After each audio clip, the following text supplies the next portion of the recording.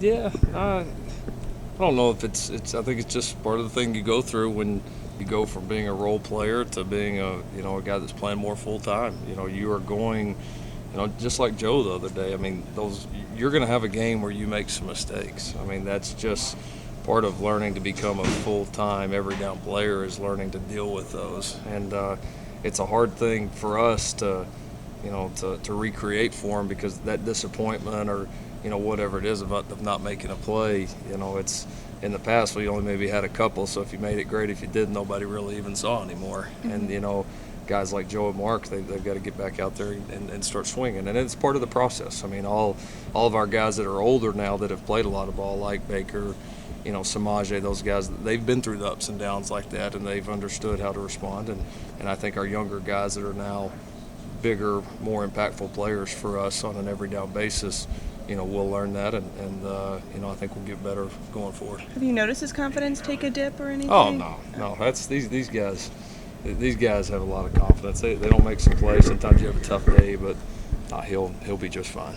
With guys like AD and Dahu stepping up, can you talk about just how important it is to have a deep, wide receiving core for your offense? Yeah, it's important. It's gives you a chance to stretch it. It gives you weapons when different guys go down or if more attention starts going to one player than the next. And Dennis and Kel have done a really good job developing those guys. And it's great to see some of those young guys make plays on one of the biggest stages that there is. Does Jarvis Baxter still fit into this offense? Oh, sure.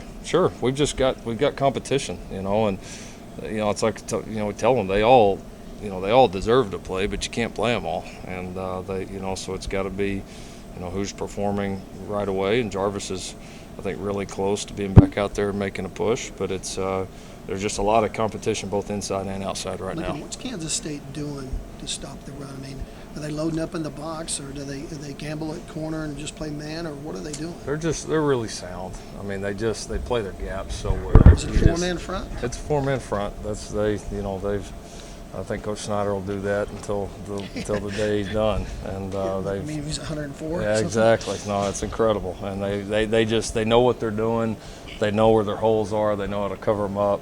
They just don't beat themselves. They've got physical players. They play extremely hard. I mean, it just they get the safeties involved with it. I mean, they do everything you're supposed to do. How close is this offense to being exactly where you want it? Oh, it never will be. But we have flashes of it, and we're just, we're fighting a consistency battle, and we're fighting a battle of, really, not beating ourselves, and that's so far, when we don't beat ourselves, we play pretty good, and but right now we beat ourselves way too much, so we're trying to, fight and claw for every inch and to correct every single mistake and just keep these guys growing. And they're hungry to do it. So if they keep that hunger, we'll get closer and closer. What's some of the guys clicking right now? I mean, how difficult are you guys to prepare for on a week-to-week basis? Hard to say. I hope we're difficult as hell, but I don't know. I hope we are.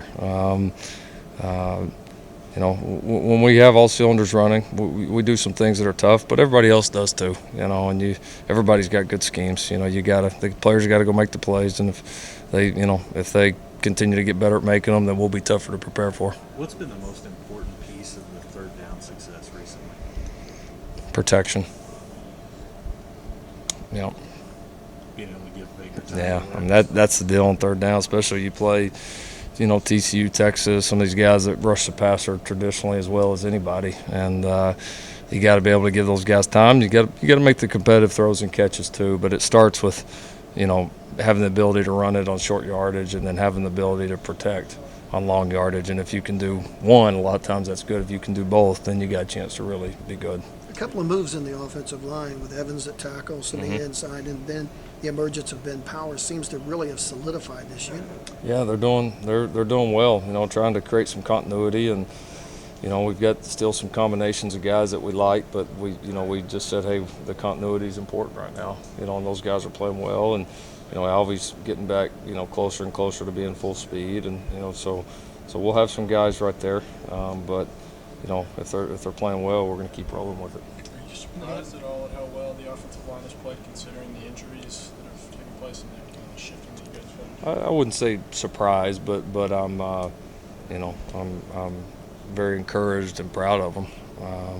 Because, like I said, that's the hardest position to do it at, and they've done it really well. And they've had the most adversity, and they've handled it really well. And now we're getting some guys back, so hopefully we can be up to full strength and get some continuity as we go. About what they want to do after, it's their life. It's their, and there's some risk reward with it. Of course, it's a risky game. It's a risky game to play. It's a risky game to coach. I mean, that's the name of the game, and so that's up to each individual to make his decision. And like I said, of course, any of our guys, whatever they choose, we're 100% behind them. For the guys that have had concussions recently, or even going back to Baker last year, have you been able to see the symptoms that they're going through, and is that frightening or eye-opening at all to you? Sometimes you can. There's some times where as a coach, you've seen it, you've had it happen to you. It's that look in the eye. Sometimes you can tell, and then there's been some that get diagnosed that you're surprised on too, that they are, not saying they aren't, but I mean there's some you can't tell. They've educated us. We've gotten education on how to signs to look for, or maybe we see something before a trainer does or something like that, and to be aware of it. And yeah, you certainly watch for it. Any sign that we see, we grab Scott and Jim pretty quickly. Did you ever have that many? Oh yeah. What was your experience with concussions?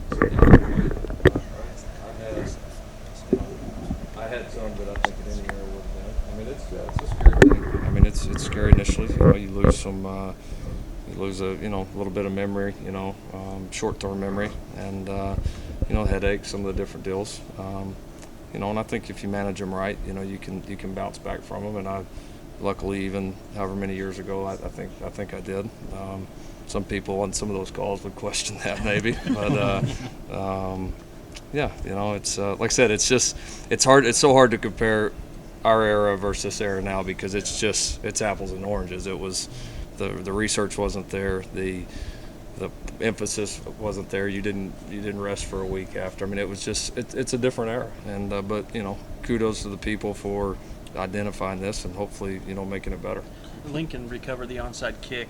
He also had a big play there late, but the drops that led to a couple of turnovers early. How do you guys manage that as an offensive staff? How do you work through that with players? You just get back to the basics. We've always thought that if a guy drops the ball, it's one of two things. He's either he's either not focused, or he's too tight and too amped up. And you know what? And then sometimes they just drop them. I mean, sometimes it just happens, and there's you want to give some great explanation, but it happens. And so he's had a history here of catching the ball very well. He's gotten better with competitive stuff, and we still have all the confidence in the world in him. Going back to what he talked about the running game, and Kerry's asked about that. If you look at, you guys have won 9 straight Big 12 games, and the running has been dominating all 9 wins. And it all stems back to that Texas loss. Was there anything that week that said let's focus on the run more, or was it just part of the offense still evolving at that time?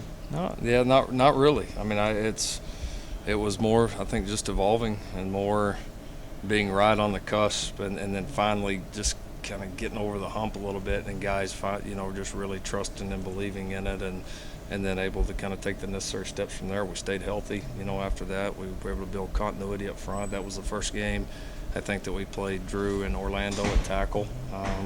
So we made some changes there that helped.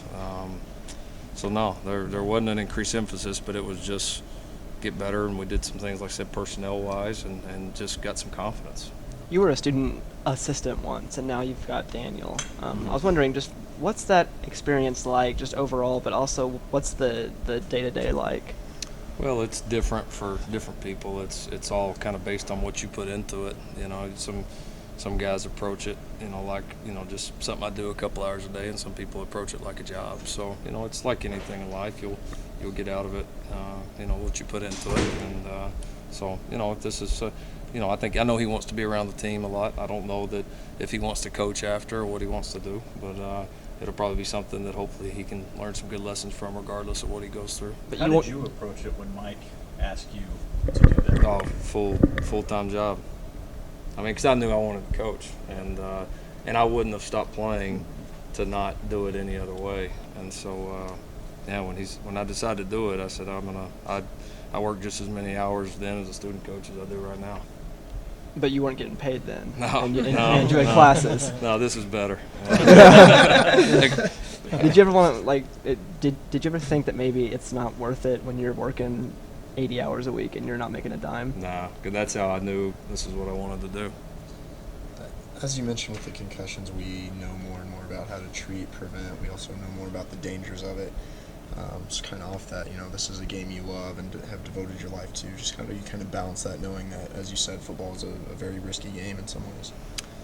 Well, I think you've got to.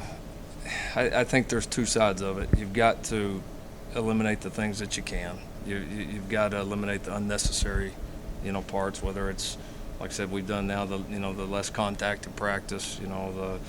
Teaching the symptoms. They've done some things in game as far as targeting and all that I think, were good rules. But I think the flip side is you don't want to take away from the game. It's a violent sport. And that is there's the rewards of this sport for playing are high. I mean, these guys can go on and make millions of dollars. These guys can make contacts, name recognition, all that they'll have around, for the rest of their life. There's a lot of guys, former Oklahoma players or former players anywhere, that are still kind of living off that, or maybe made that business contact, whatever. So the rewards are high, but obviously the risk is high too. And that's to me goes back to that individual's decision. And if you make it that you want to do it, then let's make it as safe as possible. But also, it's still a game, and that's so I think we got to balance that as best we can. And I think with some of the rules have gone in the right direction, but I hope too that we don't go overboard with it too, because I think that's part of what makes the game great too. Something that's been talked about is getting rid of kickoffs to kind of help with the player safety thing. Is that something you would support if it was shown to help player safety? I don't know. It's not something that I've looked at enough to, be educated enough to say one way or the other right now, honestly.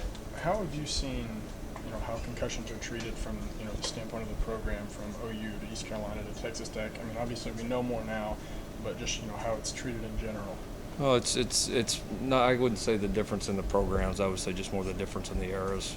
But the job that our people do here is second to none. I mean, they're fantastic. They're on top of it. Our doctors, our trainers. I mean, everybody's phenomenal here. It's not going to go unnoticed here, which is what you want. Is that maybe a recruiting pitch that you can give to worried parents that they're sending their son to play? Oh, absolutely. Yeah, that's something we spend time on with all parents, not just the concussion side of it, but the entire physical part of it, of how we're going to deal if this injury happens or if a career injury happens. I mean, that's the things that parents want to know, and they should want to know.